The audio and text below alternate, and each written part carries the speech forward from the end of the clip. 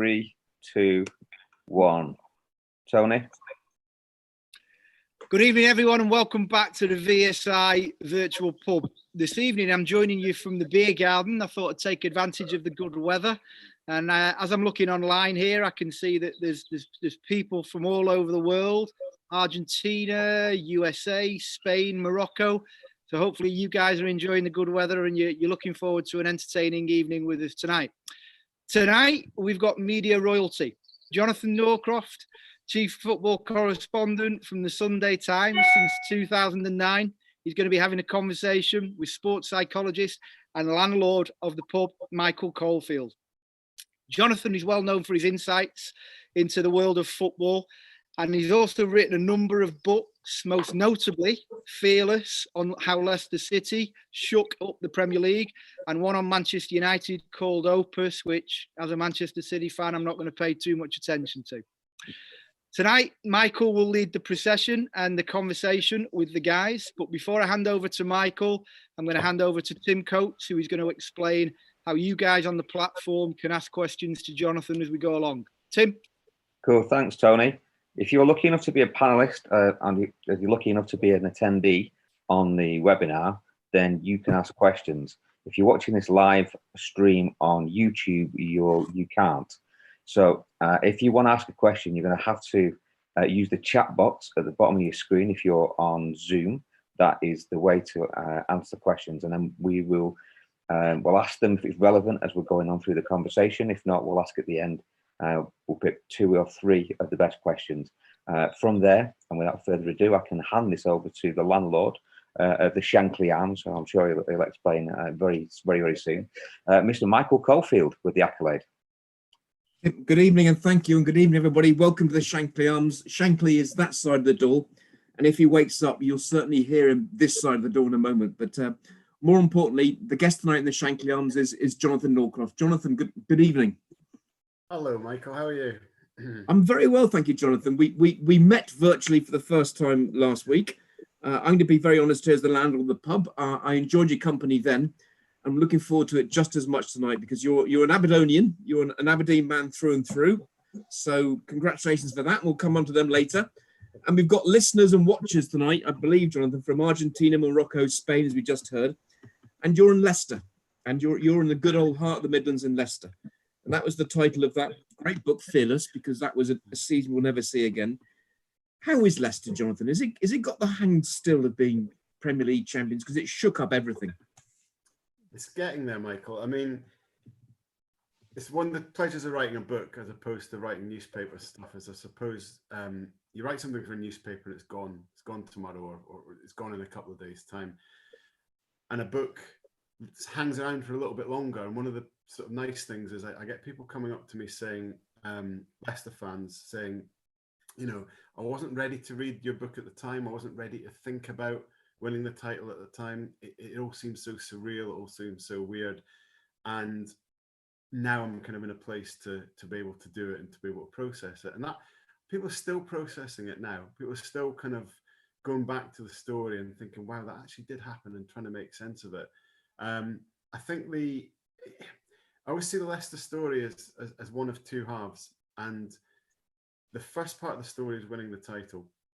And it was this incredible miracle, this whatever cliche you want to call it. But the second half of the story was VSI dying, the owner. And I think it was only when he passed away that the outside world really properly understood what the football club was about, why it won the title, why it wasn't just a kind of lightning bolt that came out of nowhere, why the club had a certain values and culture that came from the top that he embodied, and so on. And I think it was for a second time, people in Leicester, fans, sort of came together. They'd come together during the title, but VSI almost brought, I go to the supermarket and you'd see women at the checkout talking about what had happened with the helicopter crash, more than you did when they won the title. And it almost brought people back together again, and it completed the story in a way, and has given, I think, time for more reflection about Leicester, and people trying to make more sense of it. But I think we'll be trying to make sense of this for, we'll be looking back in 30 years and seeing that name, Leicester City, in the record books, and still thinking my goodness, how did that happen? You know, I don't, bit closer than 4 years ago, but still sort of getting there. And if I can just, this, as we're having a pint in the pub, I claim part of that experience because I was at Hull City at the time, the year before, when Leicester City was 7 points adrift at the bottom of the Premier League. They came to Hull. It was our last game before Christmas. Steve Bruce was in charge. We had the Christmas do that night, and we lost 1-0 at home, which took us 4 points back towards Leicester, as we say. So it was 7 clear. Then it was 4. It stays with me. I think we had about 30,000 shots on target that game. We still managed to lose. And I think that was the game where Leicester turned it that season. And so I think part of it is, I always claim I'm part of the architect of the Leicester story, because if we got a point that day or won, the book would not have been written. But I think you're right. 3 years later, it's still a bit raw. But if you look at what we're going through now as a country, with the coronavirus, with sport, football, everything stopped for all the right reasons, Jonathan. Heaven knows how we're going to compute what's going on now in the next few years. And you said there, Jonathan, that a book is better 2 or 3 years later than just simply an article. But 2 weeks ago, Jonathan, you wrote this article, Football, Return Change for the Better. And it was Dear Football. It was your column in the Sunday Times on March the 22nd, which is like a lifetime ago now. If I may say so, Jonathan, it was one of your best, and because you asked football certain things. But in your view, Jonathan, 3 weeks later, how does football look tonight? Because we haven't played any football, but how is it looking tonight after what it's been through with the stoppage and the way it's handled itself in these past few weeks? Well, I mean, first of all, that to start with the letter, I guess, Michael, it was a love letter, really. You know, it was a letter to the sport I love and we all love. But in that context, I felt right from the start of this sort of hiatus that football was going to be judged on how it behaved right now, and that football for quite a long time has needed a bit of a reality check and maybe to put things in a bit more perspective for itself. And I felt that you know, this huge crisis that we're going through and this huge change of life, almost it forced us to sort of stop doing all the normal things and thinking in the normal ways we think. And one of those normal things is how big Premier League football in particular, but football's become in our world. And I felt right from the start, this is a chance for us we love this sport, but I think it's become too big. I think it's become too self-important. I think it's got its values a little bit skewed. Whether that be, and I take full responsibility from a media point of view, it's partly the way we in the media treat it. We overblow it. We build it up. We talk about football in terms of war. We talk about it as if it's the meaning of life. It's ridiculous. It's not. This is the meaning of life, what we're going through at the moment. You can talk about money and the way that the pyramid doesn't work for anyone below the top 6, really. In England, I think that there's an opportunity to change that. And there's probably an opportunity when I see the way fans talk on social media to each other to maybe remember this is a game and this shouldn't define your identity. So there's a lot of things that I guess I've been thinking for years of, that there's something I'd like football to do, which is, I guess, kind of grow up a bit and get this perspective. And you ask, you know, how does football look now? I think we've seen in the last 3 weeks a bit of that process taking place. The best thing that's happened, I think, the last 2 weeks has been the reaction of Liverpool fans towards furloughing and Tottenham fans and players towards furloughing, because those are 2 examples of clubs behaving in a way that you know, football can be cynical. Football can it pretends it's not a business. It pretends it's something more than that. But then it comes down to behaving like a business. And I think the fact that the Tottenham players thought, no, we don't want this.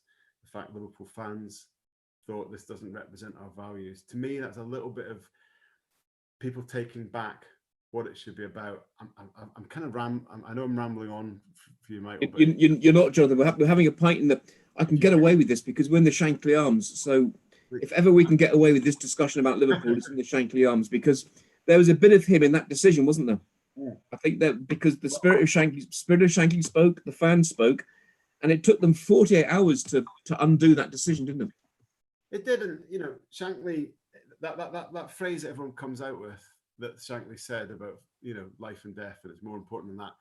The irony of what he was saying was missed. He didn't mean that literally. You'll know that. Like, we didn't mean that literally, but people take it seriously. And Shankly, you know, at heart was a man of the people, and football was for the people. If you're Shankly, I think Klopp is very popular with Liverpool fans for a number of reasons, but one of those reasons is that he's for the people as well. And that's what, I guess, to sum it up, I think we've got to remember what football's about, what sport's about, and it's to connect people. It's for communities. It's for us. It shouldn't be blown up into something that it's not, either from a financial point of view or the way we in the media talk about it. It's beautiful enough as it is. Did you get caught up in it, Jonathan? Totally. If I can, having a drink in the pub, am I allowed to ask you, did you get caught up in the hyperbole almost? Because we all get carried away with it? Yeah, I mean, of course, you know, I kind of think about the way, you know, transfer stories I might write or get excited about, the ways you write about the game. You know, maybe I'll be honest, you know, we in the media are in a way trying to piggyback on football, because football sells newspapers and it suits us to tell people how important it is, because of course it means they're going to want to read our stuff. I'm not sure we should be doing that, actually. I think what we're going through now is really important. And, you know, I'm reading stuff at the moment, and when I read stories about Manchester United need to sign Harry Kane, or, you know, where's Paul Pogba going to go? I'm not interested at the moment. That's not what this is. I'm not missing that. I'm not missing that part of my business. I'm missing being at football matches. I'm missing my pals in the press box. The thing I'm missing most of all is playing five-a-side football with my mates, even though I'm well past it. But I'm missing that more than actually being at a Premier League game and all the hype and the stuff that surrounds it. And I probably shouldn't be saying that, because I'm a football writer who tries to sell the Premier League. That's what you said in the 22nd of March. You realised that you weren't missing. Well, not so much not missing it, but there's bits of it you certainly weren't missing, weren't there? No, there's bits of it that I hope don't come back, to be honest. But I know that this is idealist. I'm realistic enough to know that we're in a period where sport is not making any money, and when it comes back, the first thing it's going to want to do is make a lot of money to make up for its losses. But if there was a way that isn't the focus anymore, if it goes back to the focus being on the game, on the games that we love, and you know, if we try and remember that football clubs are there to, they're there to bring communities together. They're there for the fans. You know, they're there to inspire kids to play in the local areas.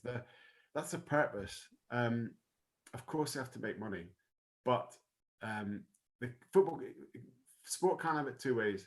You can't say that it's more than a game, you know, or that Liverpool marketing phrase, this means more. But then go and behave like a business or behave like any other business. It has to actually behave differently if it is to mean more. And that's what I'd like to see.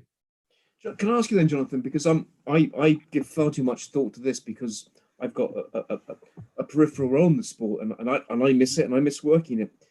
12 months on from now, or 18 months on from now, when hopefully the game's up and running, the world's up and running, and we're talking again, we're meeting again, we might be meeting in a different way. What might football look like, Jonathan, in 12 to 18 months' time? Not just the Premier League. What will the pyramid look like? What will the National League look like? What will women's football look like in 12 to 18 months' time?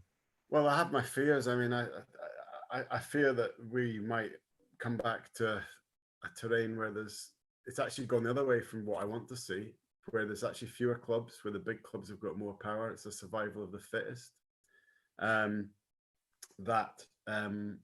That we just go back to it with more excitement for, I guess, the glamour and hype than ever before, because people have missed something.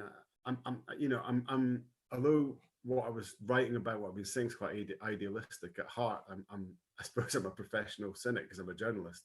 So I'm afraid I can see it. I can see opportunism, the Juventuses of the world trying to force the European Super League ever more because there's a financial need for it. The Big Six using this opportunity to buy up the best talent from clubs that need to make money. Clubs going to the wall. I'm afraid that's what my prediction would be, and I just hope it's not. But Michael, as a sports psychologist, I'm just when you're talking to performers and you're talking to them about performing, your key message, would I be right in thinking your key message is would be to try and simplify things for them, would be to try and get rid of the noise and get them to focus on the key elements of what sport and performance is about? I feel sometimes, Jonathan, I'm shouting in a phone box.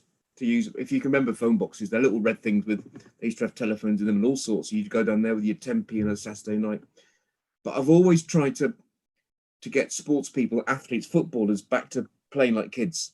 Yeah. And I know that Wayne Rooney, who I hope, and if I forgot this wrong in the pub, it's the best place to get it wrong. But if you're helping him write those columns on the Sunday, well done, because I think we're seeing the Wayne Rooney in those columns, the real Wayne Rooney in those columns. Yeah. But if ever I was to write a book, and maybe this chance meeting in the pub will lead me to asking you how to write a book. But my book on sports psychology, I asked Tony Faulkner from VSI a few weeks back, what should I write it about? My title would probably be either A, simplicity is genius, because 90% of goals are scored within 12 yards of the goal. We can ask Brian Dean, who scored the first ever Premier League goal later. Or I think my real title would be Play Like a Child. Yeah. Well, that I want footballers to play like kids again, and still play like kids. That's beautiful, and that's why exactly why I asked you, because that's what I want. I want us to treat sport like kids again. That's what I'm talking. That's what I was talking about in Dear Football. Whether it's journalists, fans, players, people involved, that's what we need to get back to. Well, as you know, it's no trade secret. My role was with Brentford recently for the last 3 or 4 years. A wonderful, innovative club in West London. Our club song is "We're just a bus stop in Hounslow," and that's the fun of it. And we've got some incredibly talented young players who are on the verge of going a league higher, either with us or because of the transfer market. And one of them this summer was linked with clubs in the Premier League. And I remember, and he won't mind me saying this, and the name's not important now. One day we can discuss it, and the name and the player himself. But all the rumours were circulating in June and July and up to the deadline. But 5 years ago, he was playing non-league football in front of 130 people, and then it was the National League, and then it was League Two, and then it was the Championship with Brentford. And I stopped him in the car park one morning. He looked tense and anxious and just cross. He was just cross. And I just remember saying to the young man, I said, 5 years ago, you were playing in front of 130 people, just for the sheer hell of it, and bringing your own shin pads and no kit person and the rest of it. And I said, I don't care.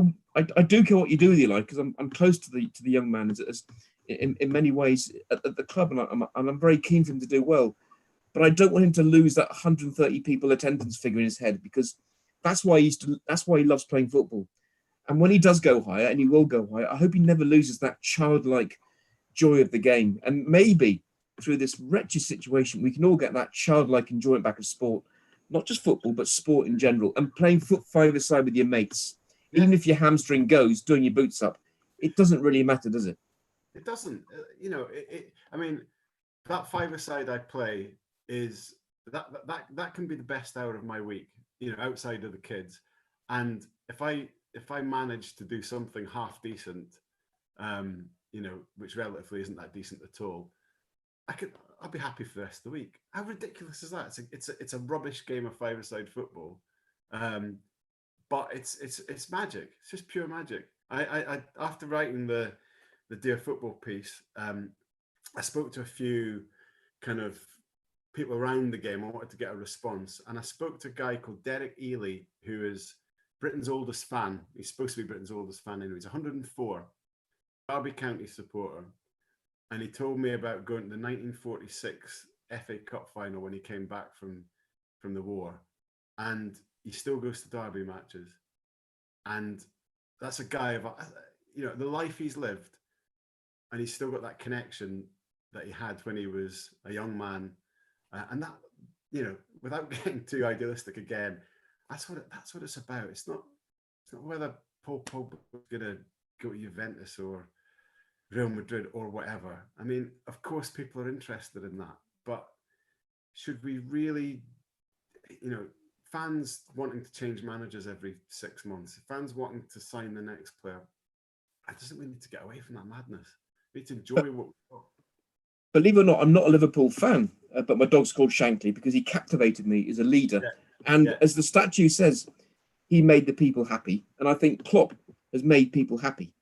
Yeah. And I think that night, I actually turned down a ticket, would you believe, to Liverpool Barcelona because I thought it was a dead tie. And I was working in London the next morning. I thought I won't get back in time. And I've got a picture, my screensaver for any presentation I'm ever asked to make again after the world opens again, is the final whistle and the staff and the players singing "You'll Never Walk Alone" and Imagine in front of the Kop.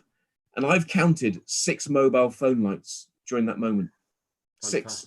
Normally there's 56,000 taking a picture of I was going to say Harry Kane not taking a corner, but past that argument, but receiving a corner.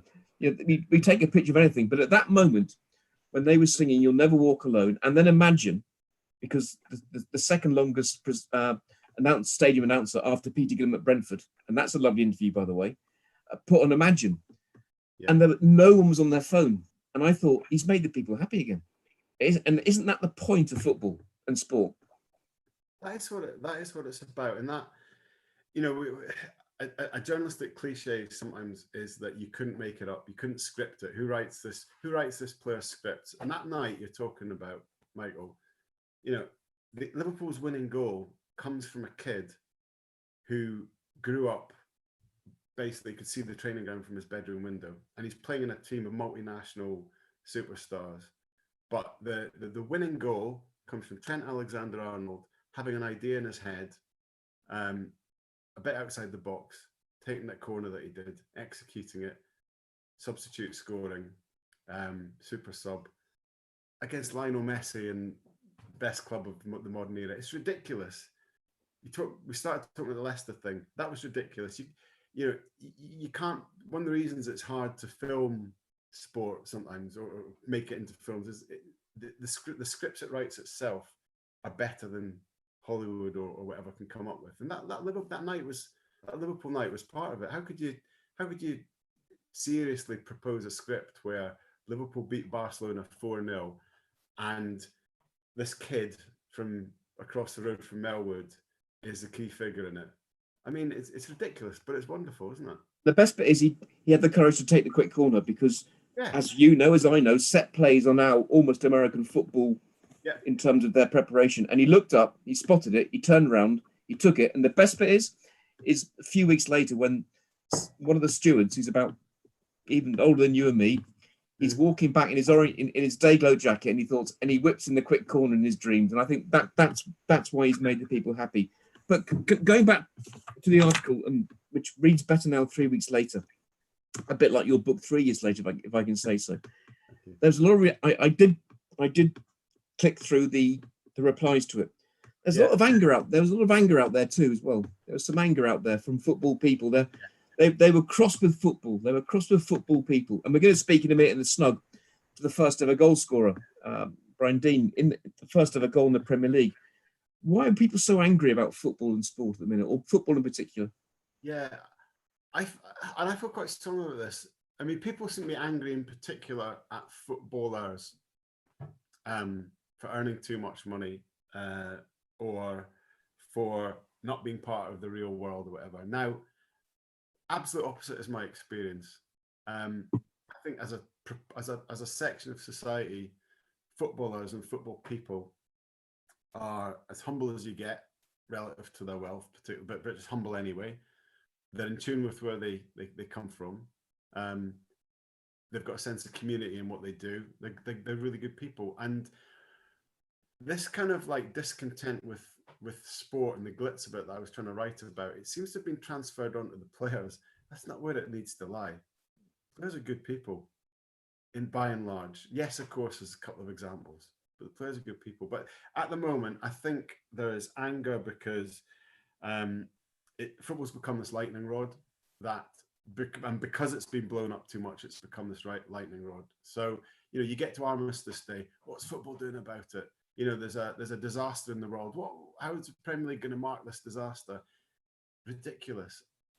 Coronavirus has caused everybody to, I don't know, look inward, to pause. We're all struggling mentally in different ways, and an outlet has become Premier League football because it's become too big in our world. And I'm afraid it looks like footballers are at the sharp end of that a way of venting discontent with my job's under pressure. Well, then I'm angry at footballers. I mean, why not be angry at bankers, or why not? That's what I didn't understand. I didn't get the anger aimed at one group of people who, in my experience, are as generous as I've ever come across in any walk of life. Totally, absolutely. But why aren't they angry at racing drivers, or why aren't they angry at golfers? I mean, it's football. It's uniquely football. Maybe there's a class element to it as well. I don't know. Why is that, Jonathan? Because you study the game, you think about the game, you reflect about the game. I didn't get that, and I'm not from a football background. You can tell by the look of me, the sound of me. I'm just not. I mean, I was banned from watching football at my school. So I was banned because they didn't like football. They thought it was they didn't like football. They wanted to play other sports, and I railed against it. I shouldn't say this now on live, but I nearly got expelled for smuggling their telly to watch Match of the Day. When I appeared on BBC News during the World Cup from Russia, it must have run out of people to talk to. They spoke to me on ITN and BBC News that night, because other news channels, of course, are available. And I remember thinking that one school teacher who said, he looked at me, he said, "You'll never work in football." And that was the motivation, age 14, to work in football. And it came, and I thought of him that night. I thought, there you go, sir, I'm working in football, so I have a bit of that back. But I don't get the anger at football, because it's a meritocracy. It's full of good people, from the kit person through to the canteen to the car park. And I didn't get the anger at football. I don't understand it now. But can I ask you one further question? Because time's our enemy. I was speaking to a performance director in rugby union just last week for a similar type broadcast. And rugby went professional in 1995, and I think he went professional as a player in 1995. Yeah. And now rugby is in the same position as everyone else in every other sport. And he said, this is rugby's biggest ever opportunity to reset itself since 1995, because the game has gone in a certain direction. Can football do exactly the same thing? Is this its biggest ever opportunity to reform and reset? Yeah, it is 100%. David Bernstein, the former FA head, Manchester City, of course, really interesting thoughts today. I think it was reported in the Telegraph about how there is a chance now to maybe redraw, from a regulation point of view, how club football England works. And he proposed, I mean, he was talking really about finances, and he was saying there could be a new kind of licensing system where it's not just about fit and proper owners, but it's about financial responsibility towards clubs lower down. How the club fits in from that point of view, so that the top clubs are playing a role in clubs throughout the pyramid. And I think that's great. I think there's a big chance for us to redraw a system where more money trickles down, where maybe there's a sort of buddy system, a partner system between big clubs and smaller clubs, where there's something more serious is being done to try and protect grassroots. But I think, as well as that, I'd like to see clubs licensed fit and proper persons test or fit and proper club test be based on community work, or how a club behaves towards its community, how a club behaves generally. I know it might be hard to set the definitions, but it's something that puts in place the idea that a club has to treat people around it properly, and whether that starts with the area around the stadium, and it also starts with what they do within the local schools and all that kind of stuff. I'd really like to see some kind of refocusing, and the only way I can think of doing it is regulation. And I'm not like a regulator, I don't think sport is great when it comes to that, but I'm afraid, because of what I said earlier, left to its own devices, football won't do it. So we've got to do something in place. We've got to get more money trickling down, and we've got to force clubs to be a bit more responsible. Yeah. And tonight, John, we haven't got enough Fergie time, and I think you'd like more Fergie time, but we can't tonight. I'm going to hand over to Tim to ask some questions, because the questions have been coming in the same, Jonathan. But just before we go, my last question, and it's my light question, because I think, well, I know I could talk all night and listen to you all night about the future of football. You've been lucky because you've interviewed some extraordinary people across the world of football. Can I ask you, what's the most entertaining, interesting, that interview you think that was extraordinary? Not for the content in terms of the depth and all that goes with it. What was that interview you thought, my word, that just was different?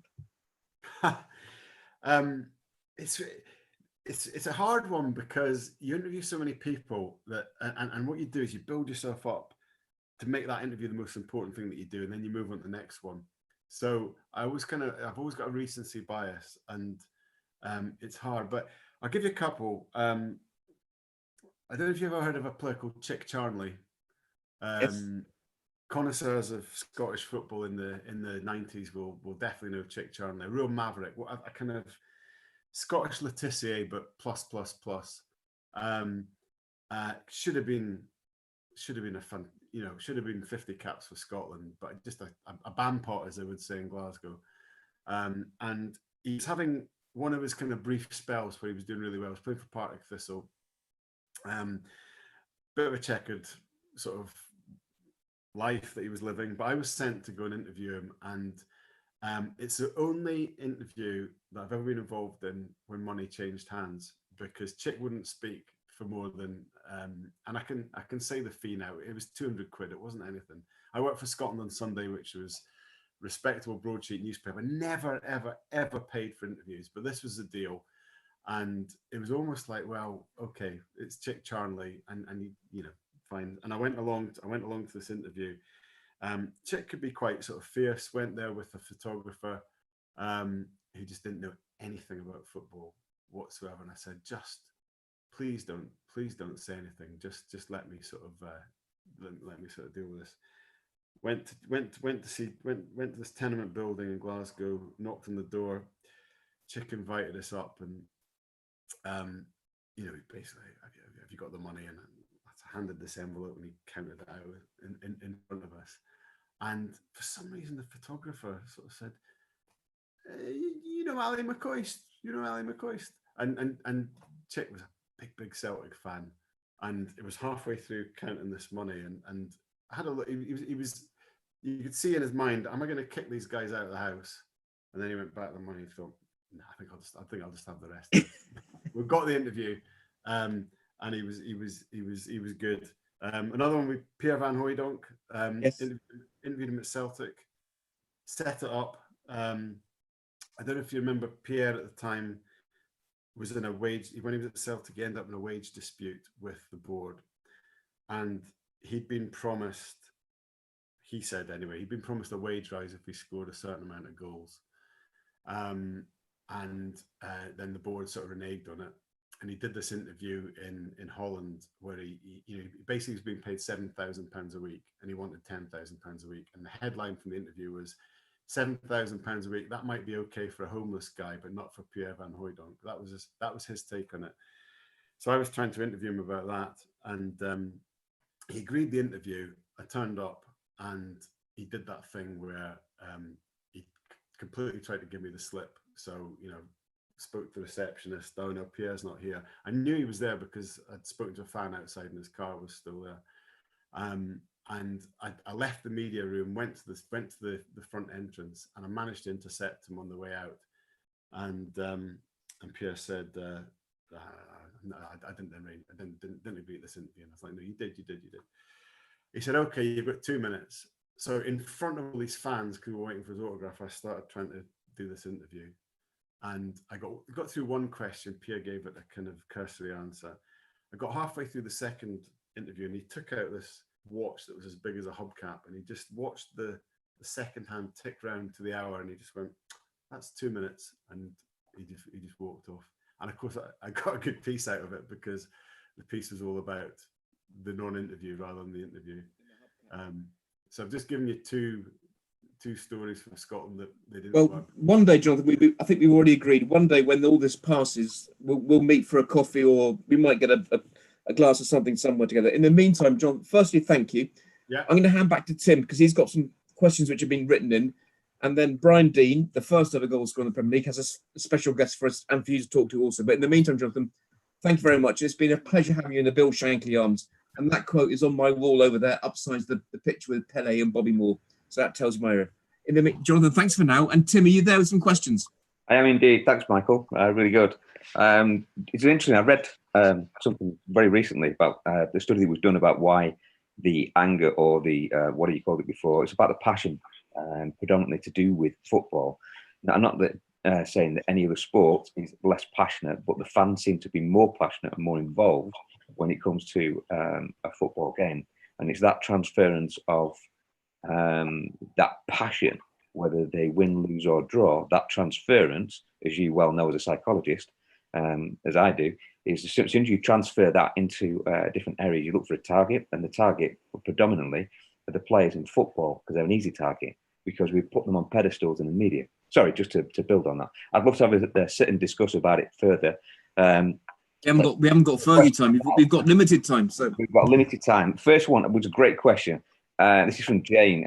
What are your thoughts on the way football leaders, the EPL, EFL and FIFA are managing COVID-19 situation currently? And there's a second part to it, is I'm transitioning to our world afterwards. How do you suggest clubs manage their fan experience in the community? They're great questions. Wow. I mean, looking at the COVID response, I think at the moment you see the priority being still based around finances, still based around when do we play again, when can we start getting our money back, sort of thing. And I do understand that from a business point of view, but if you look at Premier League level, the Premier League hasn't actually lost any revenue yet. The TV money has been paid for the year. Season ticket money has been banked. Now there might be a time that you know, the TV companies may ask for some of it back. The indications are that Sky aren't going to, and BT aren't going to, but maybe some of the foreign broadcasters will. But they haven't lost any money yet, so that's theoretical. The fans might want a refund, but it hasn't happened yet. And the point is that all we're hearing right now is, when do we get back to playing, or can we take some money from the players, or can we furlough our staff? And it still says to me that there's an obsession with the bottom line, and I'm not particularly impressed by that response. I think footballers, to go back to something I was saying earlier, have been great. You can see the value of what they do in communities. You can see their willingness to take initiative for the NHS fund and other stuff they're doing. But I'm not sure the people at the top have really been acting to the right principles so far. Was the second part of that what? Yeah, it was how would you suggest that the clubs manage their fan experience and community after this pandemic? Well, there's easy stuff that should have happened already, like a sort of limit on away fan ticket prices, probably a greater limit on old age pensioners. I think most, I mean, Leicester City are great for kids. I'm not sure if all Premier League clubs are the same. But again, you know, you have to start with pricing. You have to start with also how fixtures get arranged. The number of fixtures that involve northern clubs in London at times where there's railway work going on, or the kickoff time's too late for people to get back. We've got to stop doing all this sort of stuff. We've got to actually start thinking about fans. And I think the other thing is that COVID has probably given people. I think there is a greater feeling among all of us of community at the moment, because we are going back to relying on friends and the people around us. And I think football should try and tap into that and try and do things to bring fans closer to players, to bring fans closer to the inside. And I think the media should probably do that as well. Yeah, I think that's a great shout. That really is a great shout. the more we think about the fans and the fan base. Ultimately, they're our end users, aren't they? They're our customers. Next question is from Greg, and this is kind of going to put you on the spot. So, if you were head coach for the Scottish national team, okay, what would be your approach to managing the media and managing the demands of the club? So you'd be sat between the both of them there. Not to put you on the spot much. Oh wow, probably the team's a bit easier than. I mean, Scotland's actually got some good players, so I think there's an opportunity there to do something with it. You know, likes of John McGinn and Andy Robertson and Scott McTominay and there's plenty of guys coming through. Ryan Fraser. I think that it just needs to be. I think it's the hardest. How do you stop Scotland's historic ability to snatch defeat from the jaws of victory? That's a really difficult. That's one for Michael psychologically.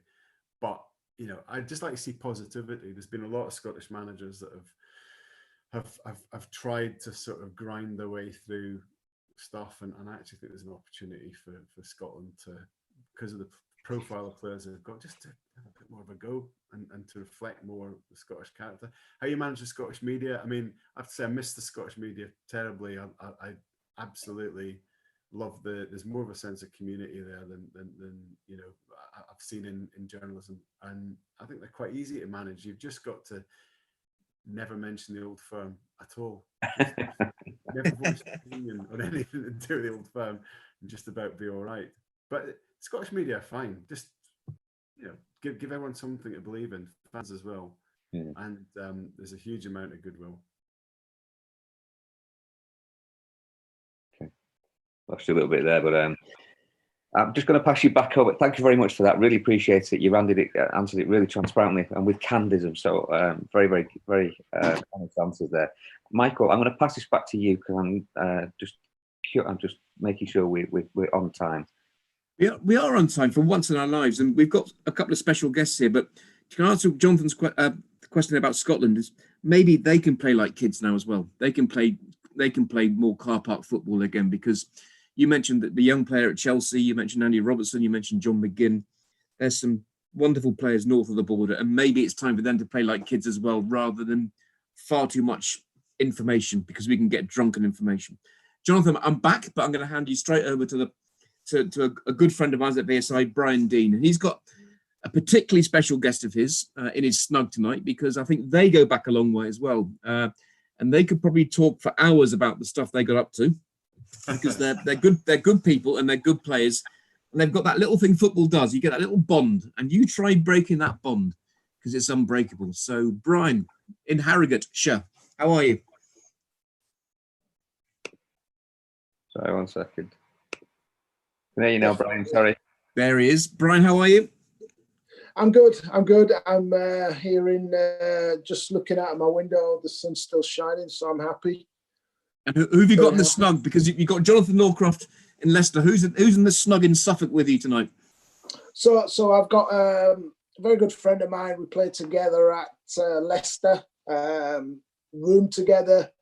And, you know, we've stayed in touch ever since. That was a long time, what, 17 years ago, 18 years ago. Talk a lot, you know, bounce opinions off each other, you know, and obviously that means we respect each other's opinions. So that is James Scowcroft, you know, so, yeah. He's looking at you now. How are you, James? All right? I'm very well. Yourself?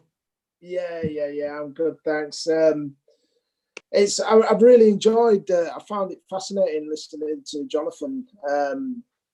I think from our point of view as players, and you know, we've transitioned now, so we're now looking at football almost from the outside in, and thinking about the kind of things that we've done in football and how things are going to change. What I want to ask you is, do you think it opens up opportunities now for young English players to come through because of what's potentially going to happen with clubs' budgets? Are clubs going to change, do you think, in any way, or are we going to get back to just how it was?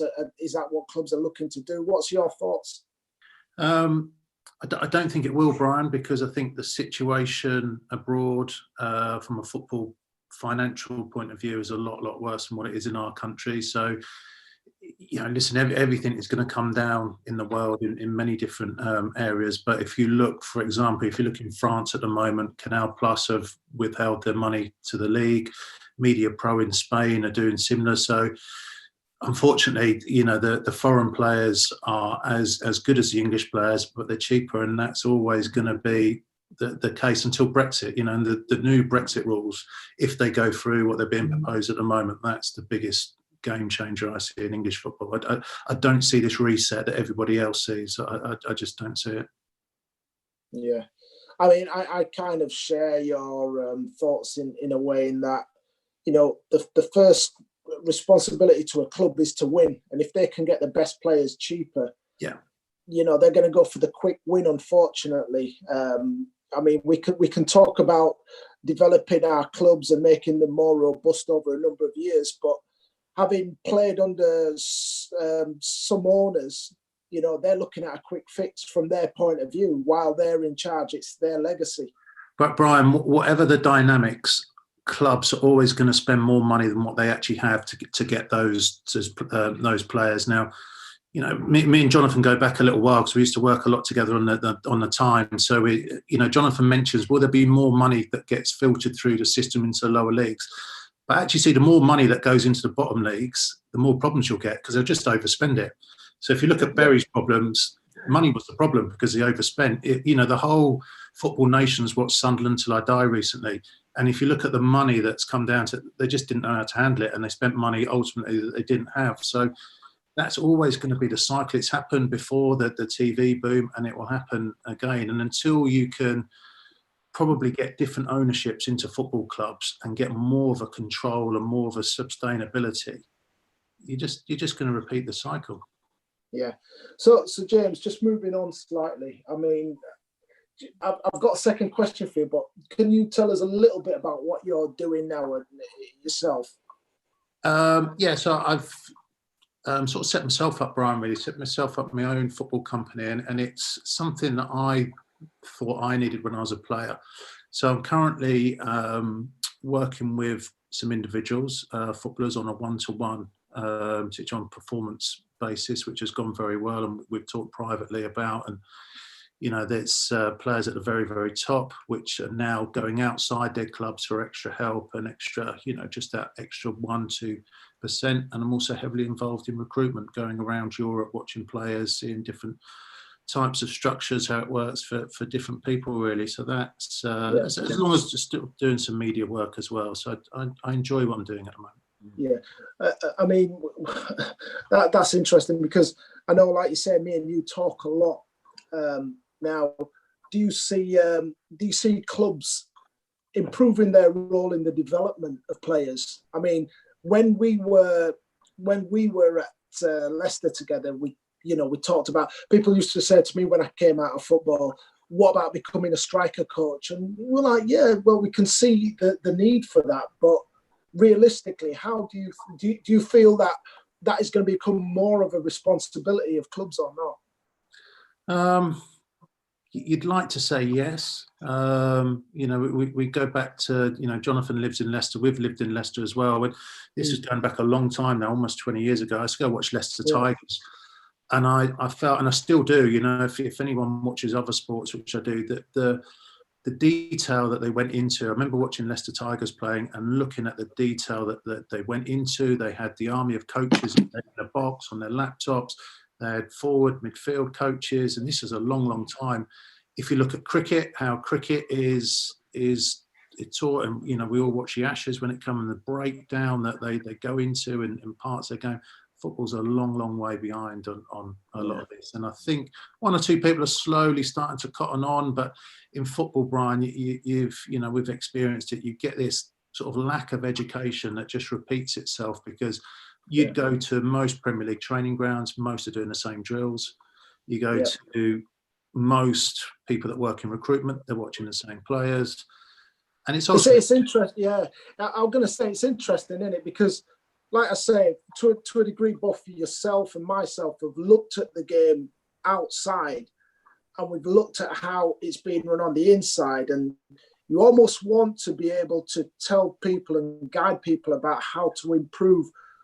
You know, both myself and yourself of what in football in terms, they call it a famine. And it's when you go sort of like 4 or 5 games without scoring.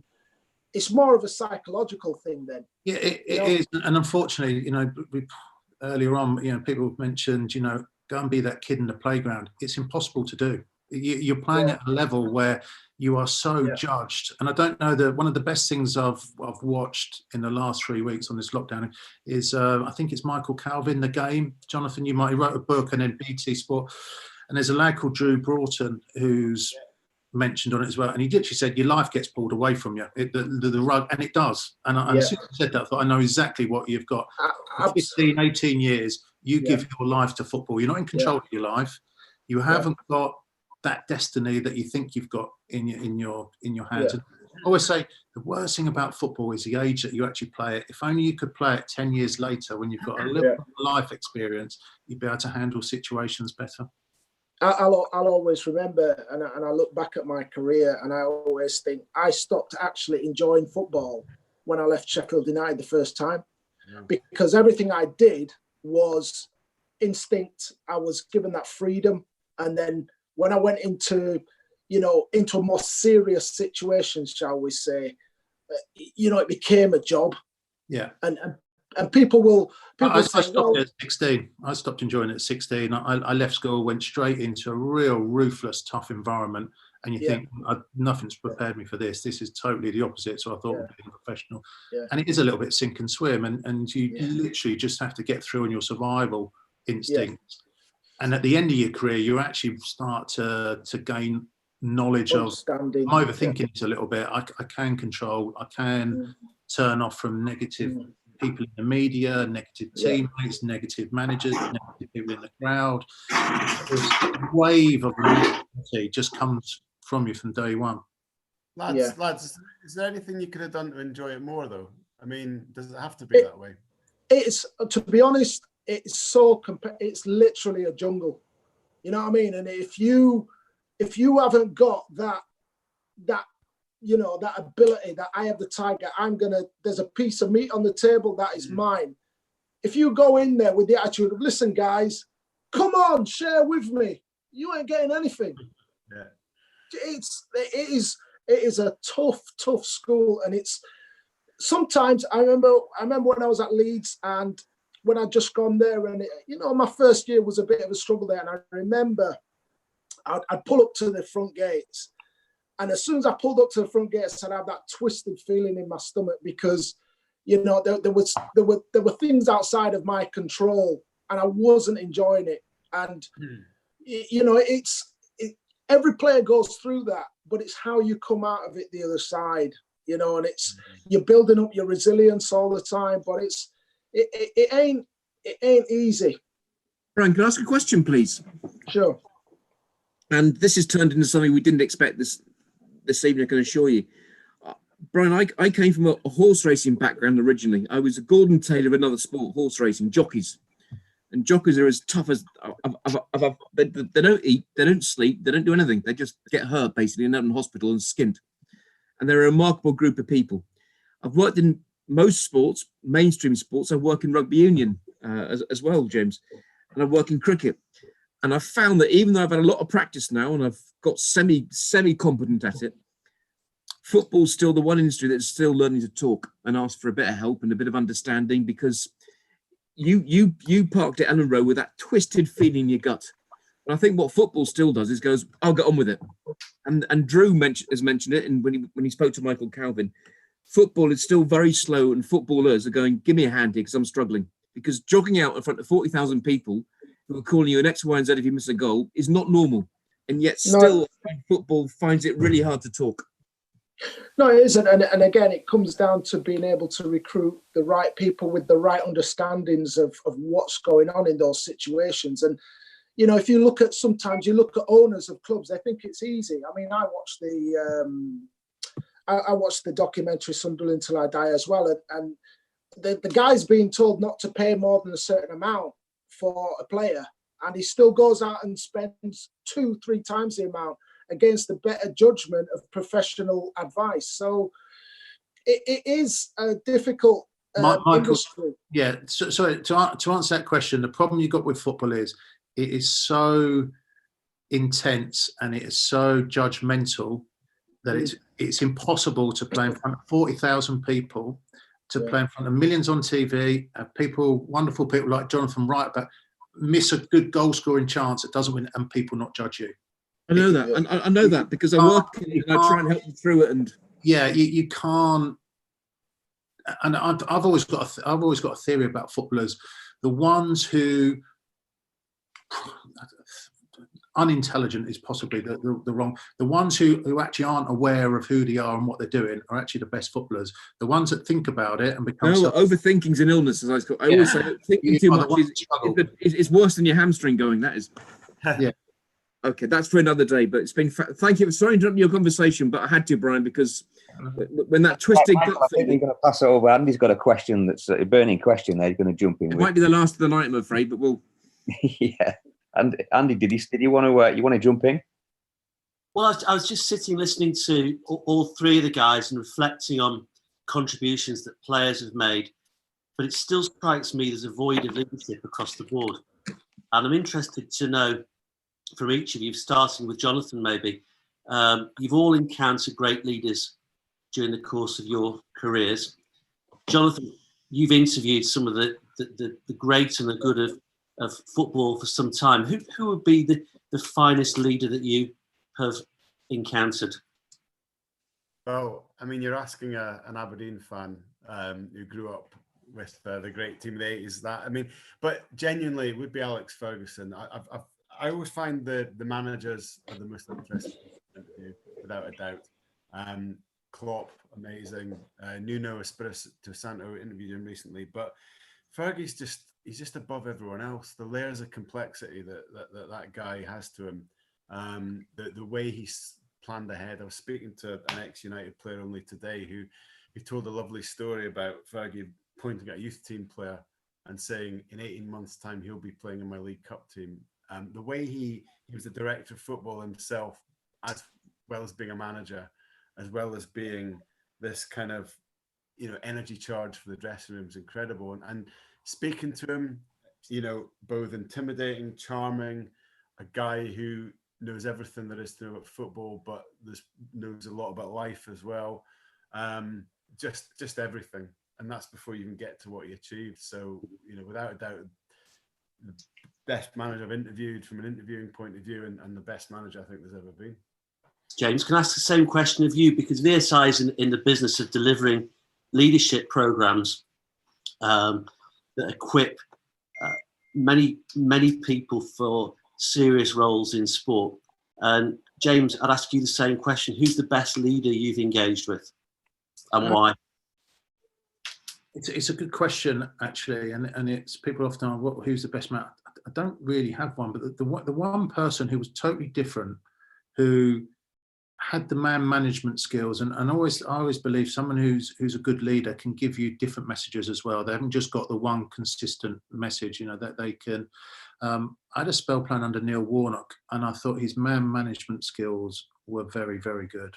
Were very good, and I saw. He's got the record of most promotions. If you actually look at Neil's career, and he probably doesn't get taken as seriously as what he should do, but if you actually look at his career as a manager, it's highly successful. And he goes into clubs, clubs that are massively underperforming, and his record of turning teams, clubs around without real money is very, very good. I think a couple of you are based in Yorkshire. He went into Rotherham 3 or 4 years ago when Rotherham were literally dead and buried. And he turned, and they literally went from being where you're down, you just can't get out of the situation, to turn around. So I had 18 months with him, and I saw how he worked, and I saw a total different approach to any other manager that I've worked with. Could you I'll give you an example. I'll give you more detail to that. So we were playing with Crystal Palace, and we'd let in a few goals, and we had some defensive problems.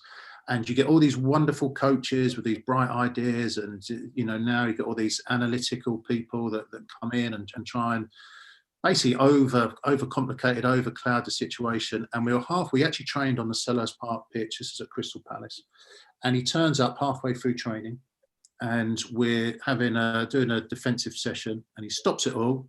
He gets a handful of balls, he drops one ball, and he kicks it, which isn't the main stand at Crystal Palace, isn't that? He kicks it over the stand. All 22 players watch this ball roll up the stand and sort of just about go over. And he said, let me tell you here, in 105 years of this football club, no one's ever scored from the car park. So when you defend, put the ball in the car. And he just walked in. And that was, and all these players were still looking at the top of this roof. And we just spent an hour and a half going into so much little detail. And that was a little bit of detail where somebody grabbed a moment and sorted a problem out there and then, and was very clear. And look, this is the point. That's brilliant. Listen, guys, I'm going to hand you back to Michael. And Michael, you could sum up and pass over to Tony. But I'd like to express my thanks for everybody's contributions tonight. Absolutely fascinating. I'll try and be brief because that was fascinating. James, thank you. Brian, thank you. In Harrogateshire. And Jonathan, in the fearless county of Leicestershire, thank you very much for your time. It sparked off lots of debates and questions.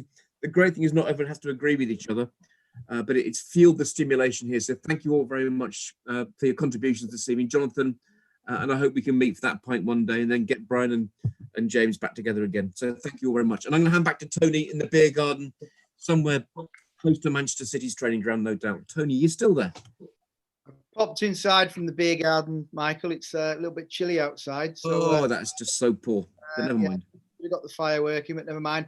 Jonathan, as always, thanks for your time. Insightful. Could have carried on talking for a lot longer than we did. Depending on how how much longer we're in this lockdown, we might get you back on. Pleasure, Tony. That'd be nice. Thank you. Look forward, but really appreciate your time. James, Brian, appreciate your comments and input. Also, Brian, looks forward to seeing you in the snug next week. And for everyone that's on the platform, next week we've got the Dream Team on with us. The Dream Team consists of John Walters and Robert, who played together at Stoke City. For those of you who don't know or don't follow social media, have a look at the banter between those guys and the stick that they throw each other over the course of their careers. So we've got them on as guest drinkers with us next week. So we look forward to that. And in between time, stay safe and we'll see you next week. Thanks, guys.